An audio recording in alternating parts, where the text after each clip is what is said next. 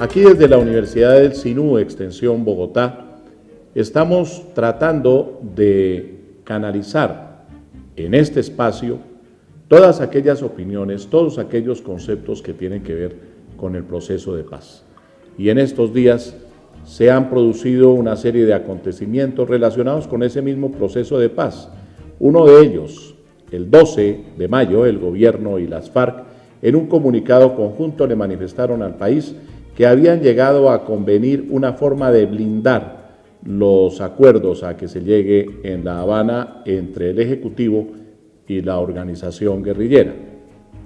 Ese blindaje, que para muchos resulta bastante débil y para otros muy fuerte, es un blindaje consistente en la adopción como acuerdo especial de aquellos que contempla el artículo 3º común de los convenios de Ginebra de 1949 mediante un procedimiento especial, y que ese procedimiento especial lleve a que el acuerdo final haga parte del bloque de constitucionalidad. Eso ha dado lugar a un debate muy grande, no solamente porque se presenta el proyecto de norma para introducirla en el acto legislativo, cuyo trámite ya va muy avanzado en el Congreso. Se presentó cuando faltaban apenas 2 debates de los 8 que tiene este trámite de aprobación de los actos legislativos de conformidad con el artículo 375 de la Constitución, y por tanto se ha puesto en tela de juicio si se viola el principio de consecutividad. Hay opiniones en un sentido y opiniones en el otro. Es un acuerdo especial de aquellos que contempla el artículo 3º común de los convenios de Ginebra del año 49. Algunos dicen que sí, otros dicen que no, y precisamente nosotros queremos consultar distintas opiniones y conceptos para todos ustedes en Elementos de Juicio, en el canal Zoom, el canal universitario de la televisión. Bueno, primero que todo, muchas gracias por la invitación a este programa. 3 situaciones de contexto.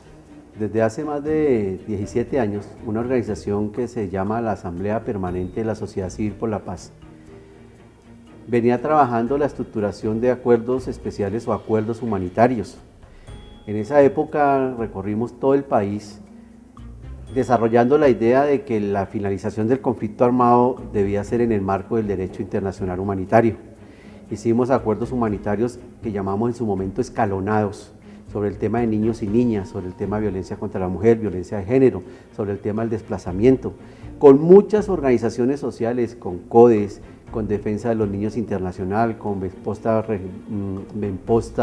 Organización de Jóvenes, con Red Paz, con muchas organizaciones. La Asamblea trabajó ese tema, o sea que para los que hemos venido trabajando este tema de la finalización del conflicto armado no es nada novedoso. Lo segundo que hay que decir es que el derecho internacional humanitario, y esto hay que decírselo de manera muy claro a los expertos en DIH, no puede quedarse en el siglo XVIII, cuando Henry Dunant fue y encontró a Napoleón III en la famosa batalla de Solferino. No, el derecho internacional humanitario está vivo. El ámbito material de los conflictos armados ha cambiado de tal manera que en la reunión del 6CR, que tuvo lugar el año pasado, se definió una nueva categoría de conflicto. Imagínense, el conflicto cibernético. Se está hablando de que hay nuevos escenarios donde se están desarrollando conflictos y que el derecho internacional humanitario debe responder a estos nuevos conflictos. Entonces, el segundo punto es, el derecho está vivo, el derecho internacional humanitario ha cambiado, y ha cambiado de manera radical, tanto que lo cibernético puede ser motivo de miles de muertos. Por eso es que el DIA se está tratando de dar respuesta a este tema. Lo tercero, no necesariamente todo el derecho internacional humanitario establecido en los convenios de Ginebra y en los protocolos adicionales tiene su ámbito de aplicación en situaciones de conflicto armado. No, la Convención de Ottawa establece que para las labores de desminado y las labores de erradicación de minas no es en medio del conflicto armado, no es justamente posterior. O sea, hay un ámbito material del derecho internacional humanitario que habla de después de las hostilidades. El Convenio Internacional para la Remoción de los Residuos de Guerra se hace después de que terminan las hostilidades. Entonces, no es cierto que el ámbito del derecho internacional humanitario sea solamente en el momento del conflicto armado interno. Ya esa idea se superó. Por eso, el pensar procesos como los que estamos viviendo en Colombia y que se cumpla lo que dice el Acuerdo Tercero de Ginebra, de que también el artículo 6, de que también las partes podrán acordar. Este es un acuerdo enmarcado típicamente en derecho internacional humanitario que supera la terminación de las hostilidades y que trata de sentar las bases desde el derecho internacional humanitario para la no repetición de los hechos. Por eso es que no entendemos el debate cuando nos dicen que supera la materia que se está tratando de acordar. No la supera, porque si estamos hablando del fin de las hostilidades, el derecho internacional de los derechos humanos, que es un coayudante en la interpretación del DIH, establece que también debemos asegurar las garantías de no repetición. ¿Y cuáles son el escenario ideal para las garantías de no repetición? El posconflicto. Y que las partes en conflicto cumplan con sus obligaciones que suscribieron en el acuerdo especial. Entonces, este tercer punto es muy importante, porque hay que mirar este acuerdo especial de una manera generosa, de una manera visionaria, de que lo que le está aportando Colombia con este acuerdo especial a la doctrina internacional en materia de derecho internacional humanitario es muy grande, porque nunca nadie había planteado la posibilidad de terminar un conflicto armado a la luz de un acuerdo especial del derecho internacional humanitario. Yo tengo una salvedad: el gobierno tiene que hacer bien la tarea, y las FARC tiene que hacer bien la tarea. Y si lo embarcan este acuerdo especial a la luz del derecho internacional humanitario, les falta la herramienta de verificación y seguimiento.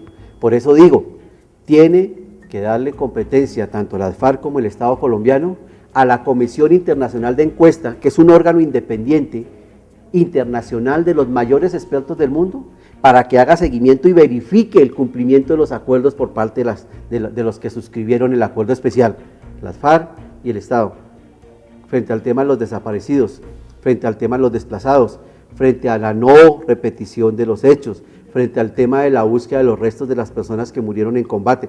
Esta Comisión Internacional de Encuesta, que además fue liderada en Colombia por un hombre que murió hace unos años, que se llama Reinaldo Botero, que fue director de Derechos Humanos del gobierno, es una tarea pendiente y urgente. Entonces, para cerrar diría, acuerdo especial sí, una mirada generosa y audaz del derecho internacional humanitario actual y contemporánea, que supere el DIH del siglo XVIII, que por hecho ya está superado, pero con un organismo de verificación independiente, que sea la Comisión Internacional de Encuesta. Entonces, por eso yo creo que el llamado es a que la sociedad colombiana y la opinión pública, a pesar de que aceptemos este acuerdo especial para la terminación del conflicto armado colombiano, exijamos a las partes que haya un órgano independiente de monitoreo, y eso nos lo ofrece una de las herramientas del derecho internacional humanitario.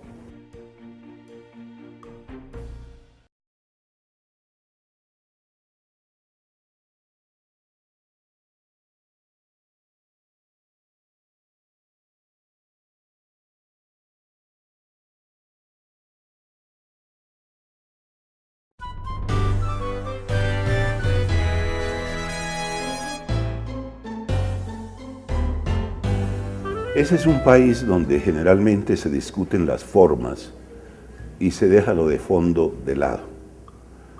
Algunos llaman a eso santanderismo. Yo a veces en broma he dicho que el gran error de Bolívar fue no haber dejado fusilar a Santander en 1828 y nos habríamos evitado tantos formalismos. Lo importante es que logremos un objetivo. Todo lo demás, los formalismos pueden sacrificarse. El objetivo es un acuerdo para minorar los conflictos en Colombia. A mí no me gusta llamar o hablar de un proceso de solución del conflicto. No me gusta hablar de un posconflicto, sino de un postacuerdo.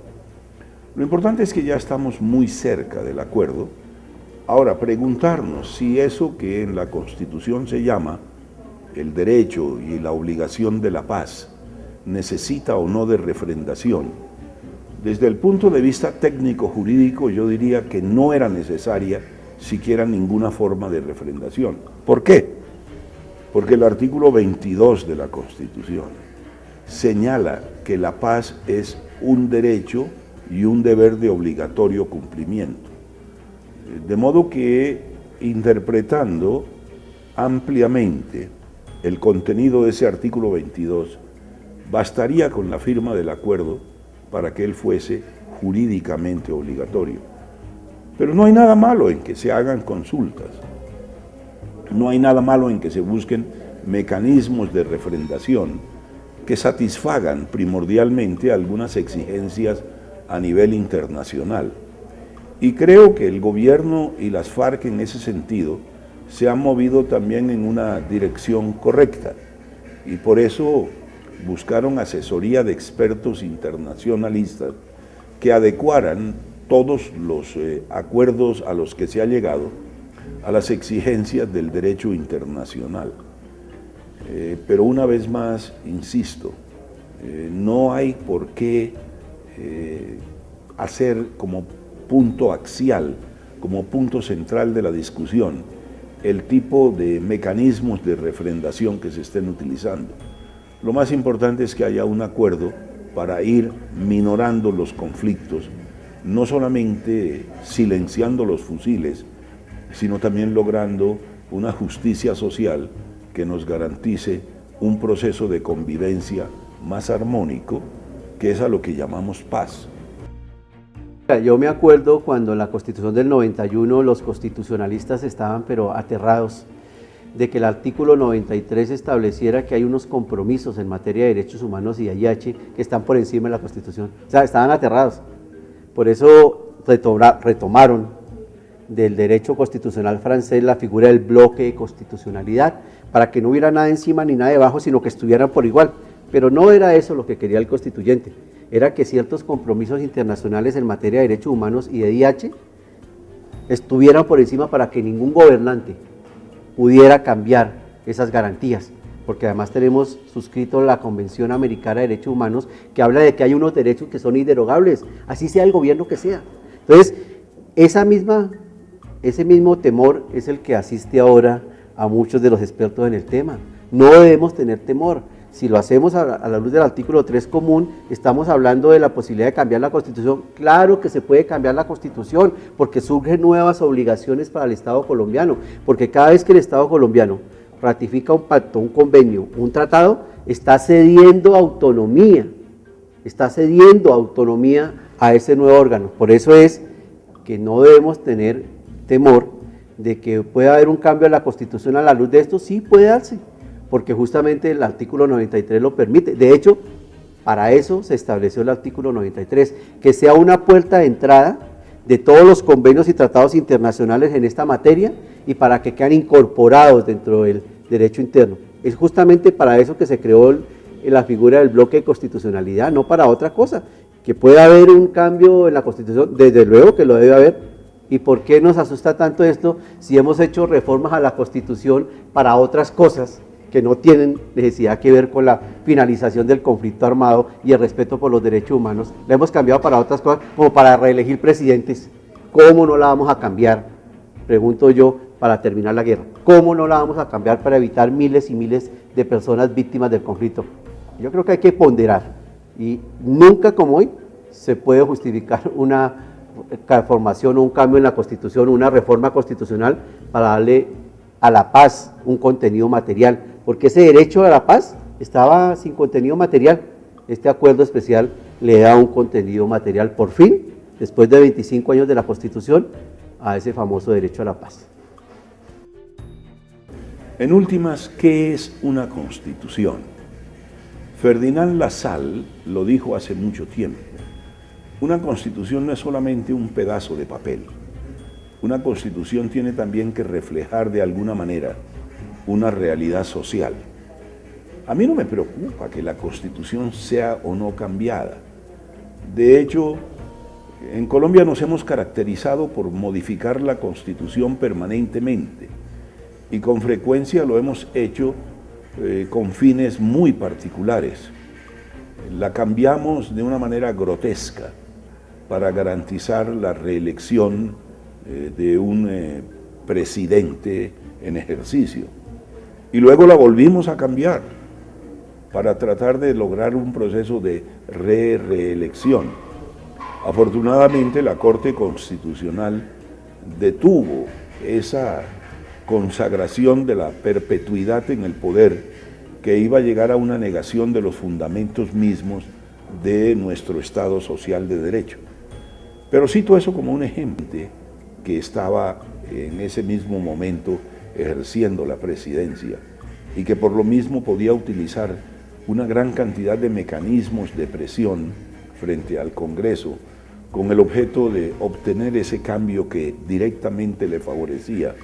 No veo por qué haya problemas para que cambiemos la Constitución para lograr un objetivo que redundaría en beneficio de todos los colombianos, como es la generación de unas condiciones que permitan una coexistencia mucho más justa, mucho más acorde con las aspiraciones de un auténtico Estado social de derecho.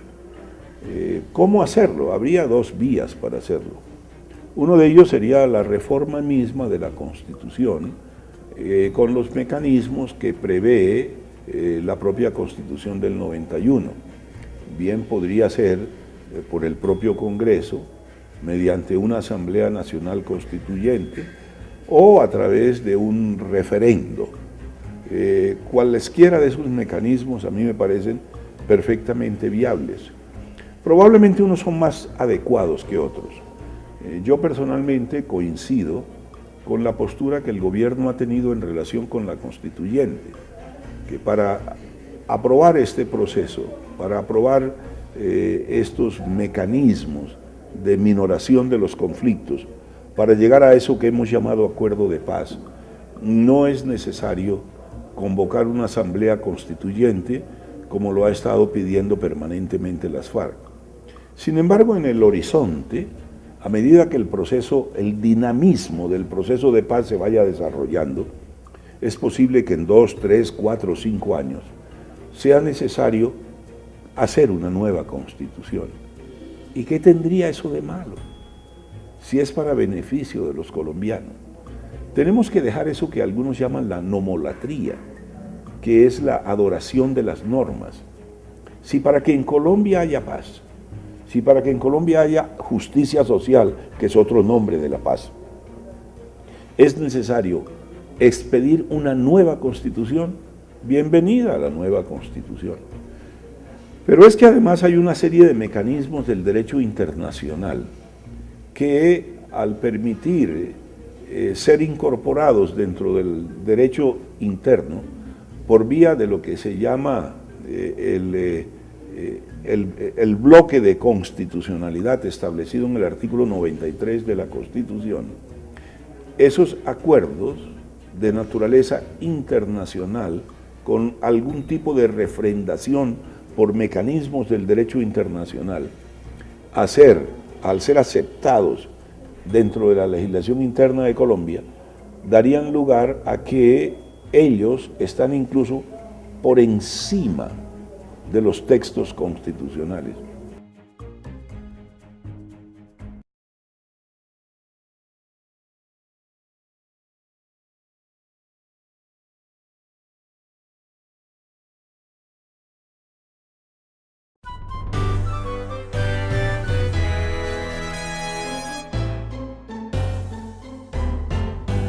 Las dinámicas de determinación del conflicto no son necesariamente jurídicas, son políticas. Y la política cambia como pueden cambiar los requerimientos del debate en La Habana, como seguramente van a cambiar en el posconflicto. Yo estoy seguro que muchas de las normas que se acuerden en La Habana van a tener que ser modificadas para su efectivo cumplimiento. La apuesta del gobierno con la posibilidad de abrir escenarios de participación, de debate desde lo público, desde la ciudadanía, pues era muy importante y sigue siendo muy importante. El gobierno tiene que refrendar los acuerdos con algún mecanismo de participación ciudadana, pero no necesariamente el que se estaba discutiendo. Yo creo que es como la figura de la caja de herramientas. Hay varias herramientas humanitarias, del derecho internacional de los derechos humanos, legislativas, constitucionales, políticas, y creo que esa caja de herramientas es lo que nos permite tener la posibilidad de respuesta a las coyunturas y a las eventualidades. Entonces, desde luego que puede ser un poco tarde, pero también es que yo creo que Nadie había pensado en esto, a no ser la Asamblea por la Paz, que le cuento que lleva 15 años pensándolo. Por eso es que cuando salió la noticia, los miembros de la Asamblea por la Paz de esa época dijimos, nosotros teníamos razón, porque es por ahí que se puede lograr la paz. Entonces yo también creo que es una nueva posibilidad, está en debate, no digo que la suscribo totalmente porque le hace falta el órgano de verificación, pero creo que nunca las formas van a ser mayores que el contenido, y el contenido se llama paz, finalización del conflicto. Las formas, el procedimiento, yo creo que eso sí es susceptible de que lo cambiemos, pero el sentido del acuerdo, la finalización del conflicto y la posibilidad de paz, creo que en este momento es lo más importante frente a los debates del proceso y la forma.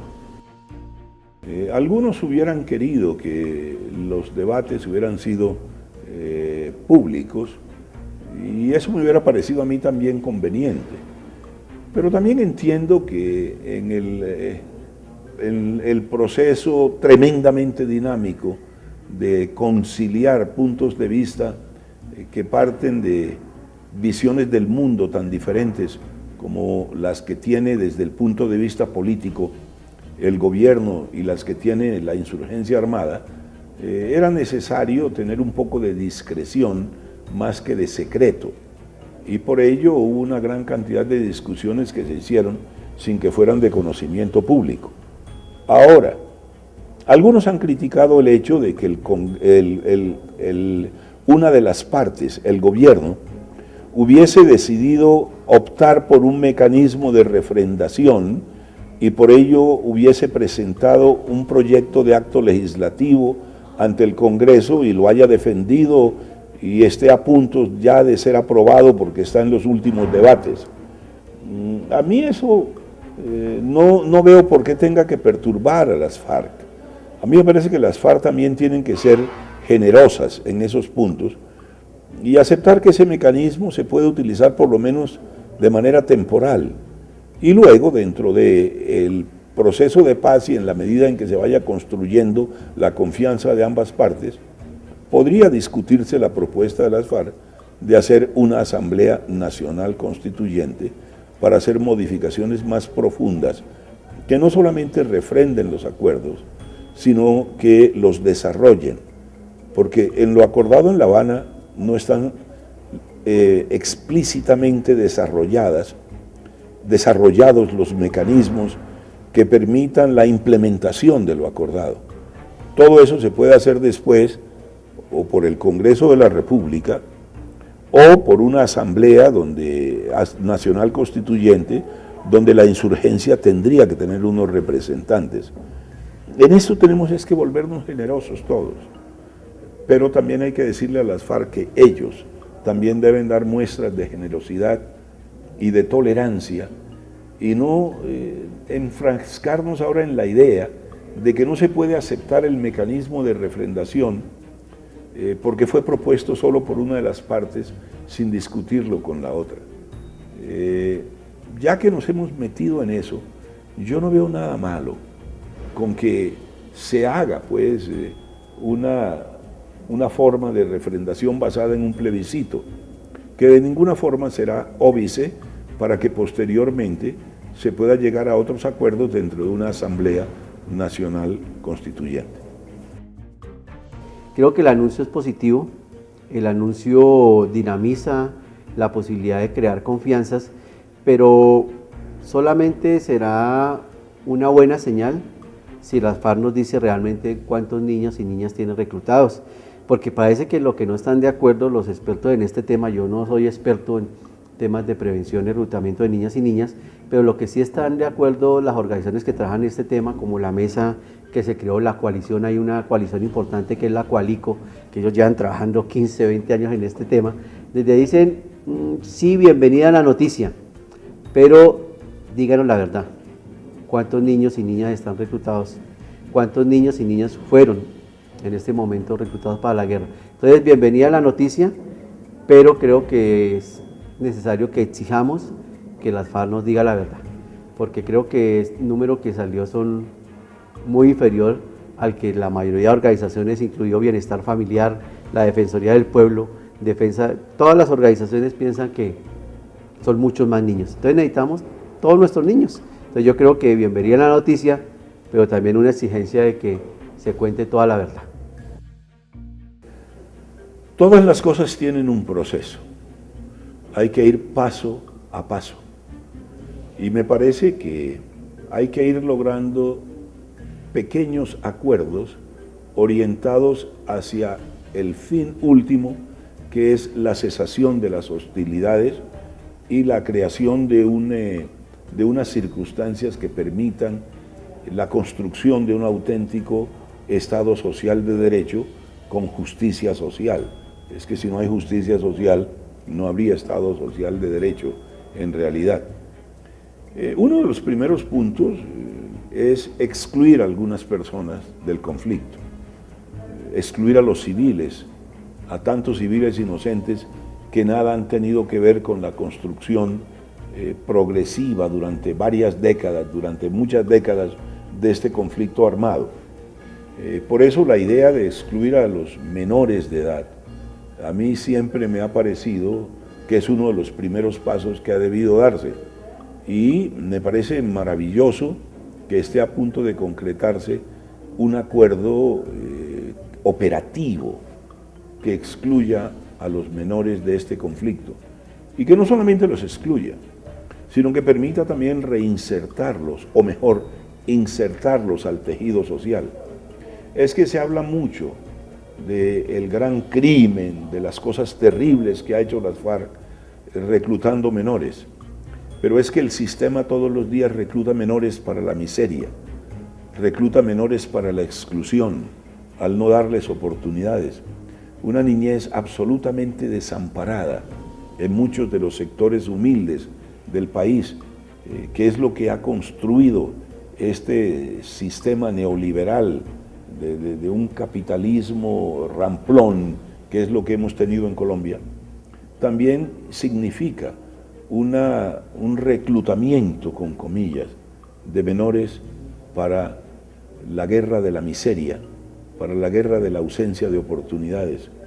Terrible que las FARC los recluten para que disparen armas, pero terrible también que las instituciones del establecimiento los recluten para que tengan una vida miserable y sin oportunidades.